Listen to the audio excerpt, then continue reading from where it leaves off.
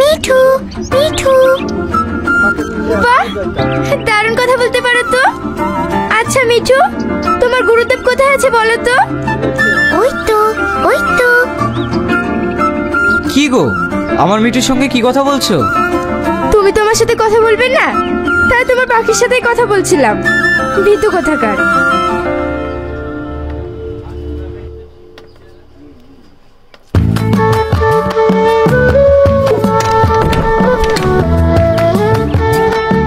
সালমান আব্বা শোনো,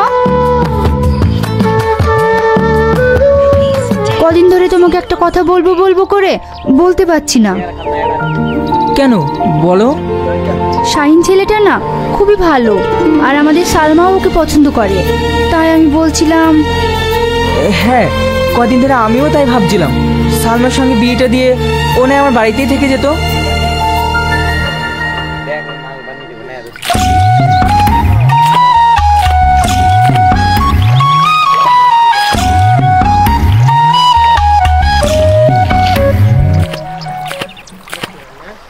শাহিনকে আবার ঘাটে আনার কি দরকার? ওকে না হয় আমি বাড়ি গিয়ে গা ধুয়ে দিতাম। ওকে আমি এমন ভাবে সাঁতার শিখাবো ও যেন সব পরিস্থিতিতে সামাল দিতে পারে। তোমার না সবসময় উল্টো পাল্টা কথা।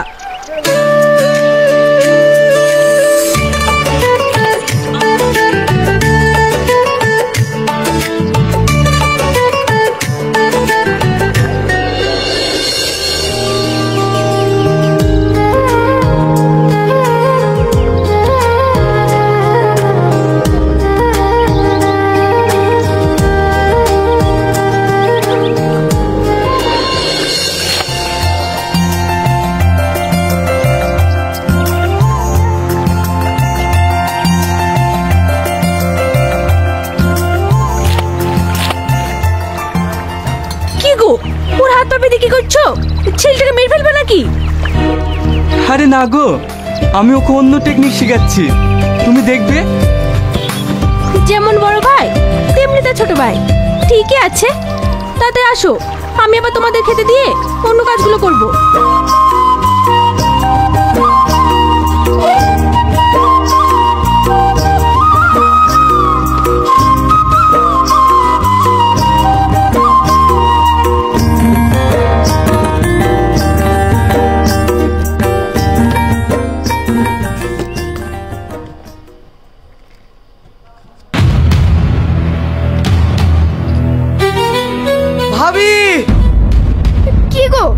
চিৎকার করছো কেন? কি হয়েছে তোমার? কিচ্ছু হয়নি, আমি বাড়ি যাব, এক্ষুনি বাড়ি যাব। কি যাতে বলছো? তুমি পাগল হয়ে গেছো নাকি? এখন কটা বাজছে জানো? না না, আমার ভাই ভাবির জন্য খুব মন খারাপ করছে, আমাকে বাড়ি যেতেই হবে। মা, আব্বা। কি রে, কি হয়েছে তোদের? এত রাতে ডাকছিস কেন? তোমাদের জামাই কি বলছে দেখো, এক্ষুনি নাকি বাড়ি যাবে। কেন, কি হয়েছে শাহিন? আব্বা, আমার ভাই ভাবির কথা খুব মনে পড়ছে, আমি বাড়ি যাব। বাড়ি যখন যাবই বলছো, ঠিক আছে, আমি কালকে তোমাদের বাড়ি যাওয়ার ব্যবস্থা করে দেবো, এখন ঘুমাও। ঠিক আছে আব্বা।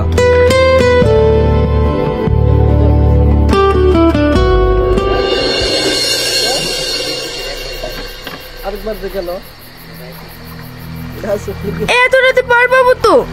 আমার কিন্তু খুব ভয় লাগছে। তোমার জন্য তো রাত হলো, রাত হবে না, সাজতে গেলে 2 ঘন্টা। নতুন বাড়ি যাব, এমনি এমনি চলে যাব, তাহলে তোমার ভাই কি বলবে? ঠিক আছে, তুমি চুপ করো, আমি মাঝি ডাকছি। মাঝি ভাই, ও মাঝি ভাই। এই ভাই, অনেক গয়না আছে মেয়েটার গায়ে, আশেপাশে তো কেউ নাই, তাহলে সুযোগে সদ্ব্যবহারটা করে নেবো।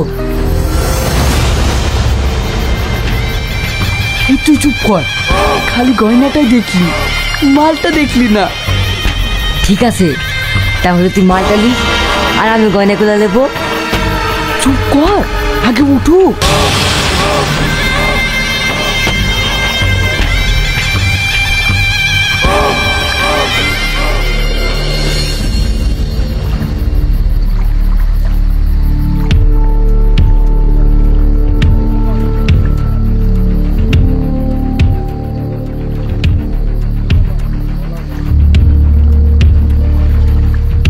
ওঠেন বাবু।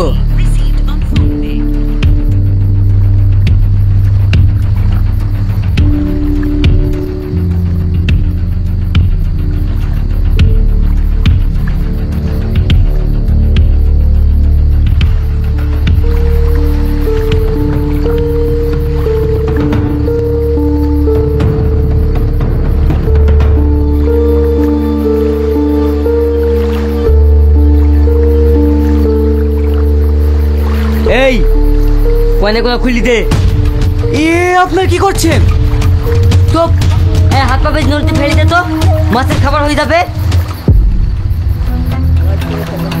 আরে শুন